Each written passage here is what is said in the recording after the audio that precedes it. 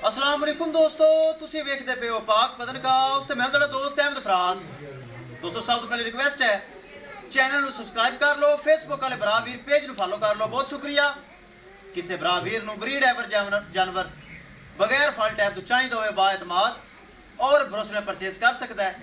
दोस्तों पाक पतन काउस एक नंबर चैनल, कोई धोखा फराड कतन नहीं होएगा।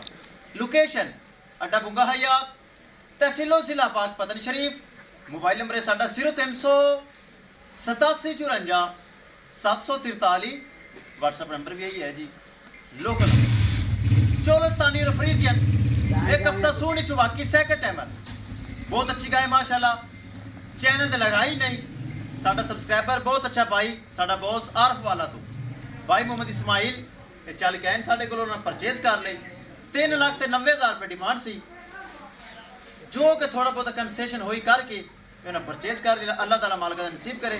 कैमरामैन साहब गड्डी नंबर एक चीज़ करो क्लियर ते करो लो।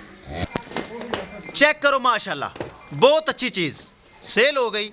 साडे कोल बहुत अच्छे भरा वीर साडे कोल चल के आए। क्यों जी सर जी, खुश हो राजी हो? चलो अल्लाह दे सुपुर्द। चलो जी दोस्तों, वीडियो पसंद आए लाइक शेयर माशाल्लाह कमेंट लाजमी करना है माशाल्लाह।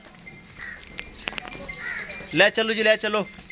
भाई Mohammad Ismail ASI police station साडा चक बेदी उन्हें परचेज की। ले चलो जी, ले चलो माशाल्लाह।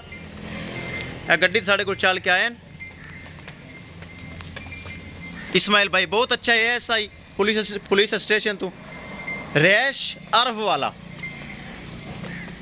साढ़े को आए उन्होंने माशाल्लाह परचेज कर ली। 3,90,000 रुपये के थोड़ा बहुत मेरा प्यार होंदा है, ज़्यादा पैसे मंगता ही नहीं। चीज़ बहुत अच्छी, जो सुएगी इंशाल्लाह 4 लाख रुपए की।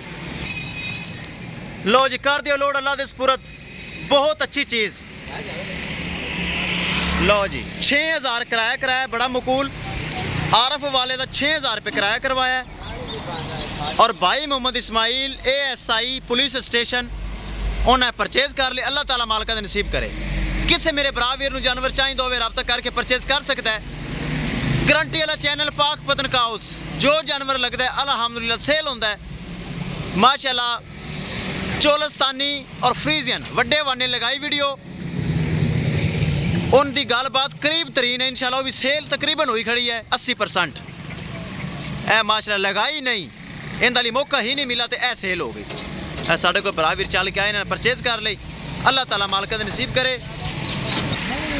लो इंशाल्लाह दोस्तों मिलेंगे एक नई वीडियो के नाल। अपने फराज दोस्त दे इजाजत, अल्लाह निगहबान।